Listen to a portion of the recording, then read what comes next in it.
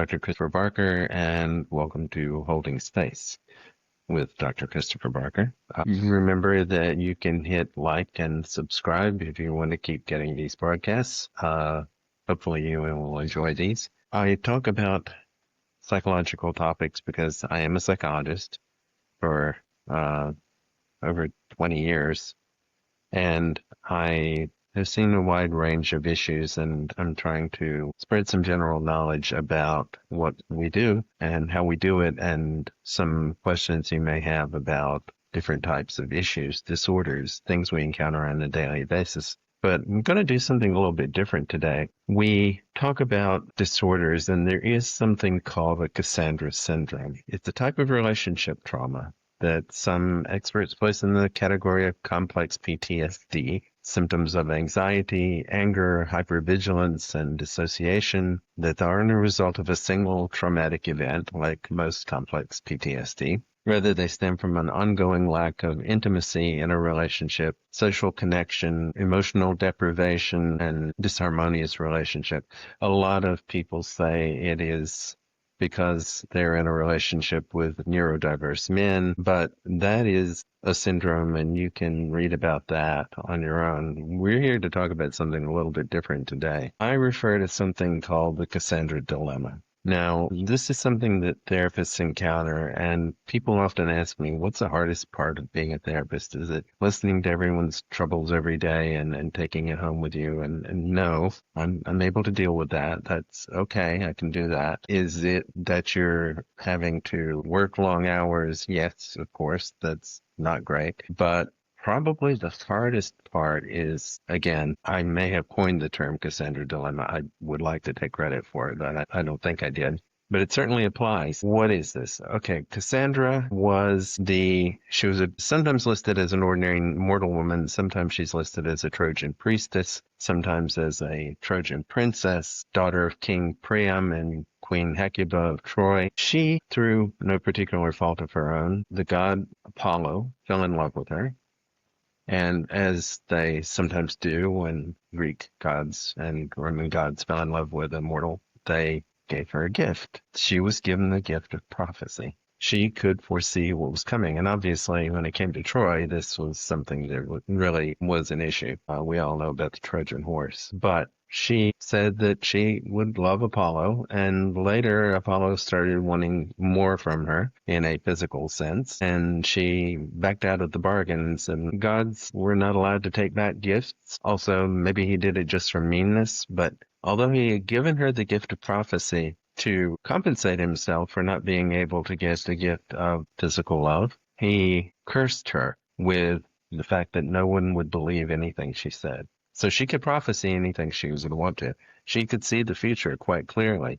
She could see what was going on with people quite clearly. But no matter who she told, they would not believe anything that she said. That's quite a curse when you think about it. And when we as therapists have seen a lot of human behavior, and when we've seen patterns in people's lives, and when we've seen patterns in a particular person's life, we come to know pretty much what's going to happen if they continue down the road they're on. Getting them to change that road, however, is difficult. It requires a lot of things that we've talked about in previous episodes in terms of trust, in terms of building rapport, in terms of just having a therapeutic intervention that works. And a therapeutic intervention that works with everybody has not been invented. So we have to sort of be creative and pick and choose the things that we use with people.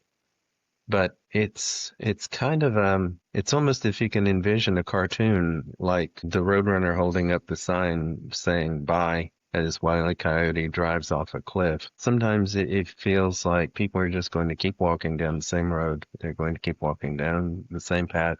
They're going to drive over a cliff, and we really can't stop them.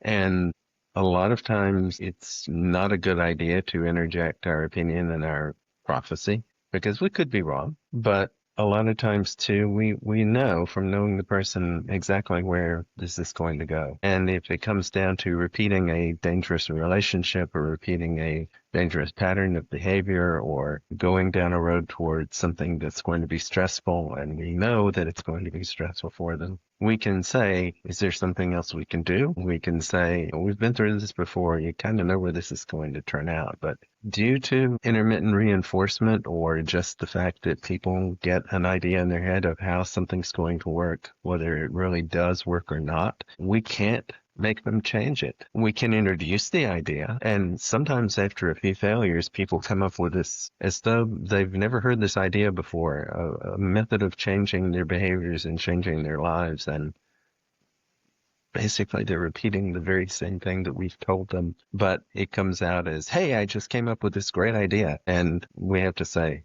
wow, that's swell. Why didn't I think of that? Because people have to be ready for interventions. They have to be ready for change. If you're going to be embarking on a course of doing anything in life, you have to be ready for the idea that sometimes this is not going to work out.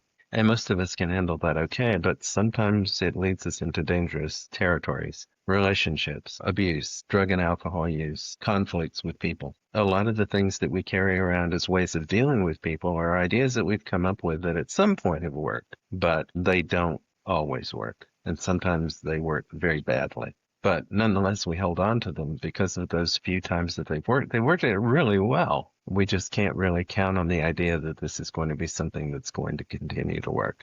Maybe there's been some flashes of brilliance down there somewhere along the way, but that has faded. It no longer works. It could be a particular relationship. It could be something that you're doing in that particular relationship. It could be something that is coming from your own sense of obsessiveness about what's going to work in this relationship. It's going to be a erroneous belief that someone has told you what to do in a particular situation, and because you believe them or trust them, you continue doing it. But it doesn't mean that it's going to actually be productive or that it's going to work. So in this case, with a sort of a complex PTSD that we have as therapists of suspecting how things are going to turn out, maybe even knowing exactly how things are going to turn out, but getting people to believe it is not really our business, and it's not really something that we can have much effectiveness in. We can say, look out, and we can say, let's think about this. And we can work collaboratively with people on trying to be able to come to a solution that is better, more effective, but sometimes that doesn't even work. And it takes a long process. And again, it depends upon our relationship with our clients, patients, and having trust, having that relationship in which they believe what we're going to say and we believe what they're saying. Sometimes people hold things back and we don't have the whole story. We only know what you tell it, and we only get part of the story sometimes. And sometimes it can be really startling when you realize that there's been a big portion of this that's been left out. But it comes when it comes, and it comes when people are ready to tell us, and it comes when people are ready to show us. So our particular Cassandra dilemma is being able to see the future and not have it believe. Is that always the case? No. Is it sometimes the case? Yeah. And I've run across this more than a few times, but again, I can't blame people for believing what they believe. Is it frustrating sometimes? Yeah, if you know somebody's really headed towards a cliff, it can be very hard to watch. We have trouble watching this because we care. If this was just a job, if this was just a business, we really wouldn't care too much. It would be like, oh, well, there they go again. But we do care. Most of us do, to some degree, want to see things turn out well for you. Most of us want to see things turn out well for you without having to suffer. But most of us will also agree that we know that sometimes you have to repeat the same old patterns. There's I guess it's a poem, autobiography in 5 chapters by Portia Nelson. I suppose probably some of you have heard of it, or if not, you can definitely look it up. But it's basically about how we repeat the same mistakes over and over again until we're ready to realize that we are making the mistakes, that we are capable of change, and then we change. And sometimes this is the process. Sometimes this is a lengthy process. So that's the hardest part of our job, in my opinion.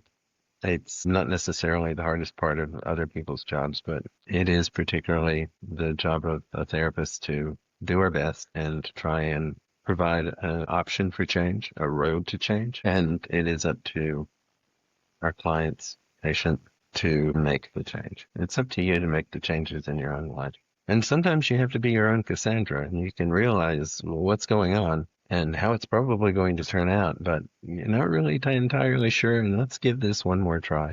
It's okay to do that, but be careful. Always be careful out there. And on that note, I must remind you again, if you want to continue hearing more of these broadcasts, I'm going to keep doing them. So hit the like and subscribe buttons and sign up right in if you have a question or a comment. And thank you for holding space for me. I will see you next time.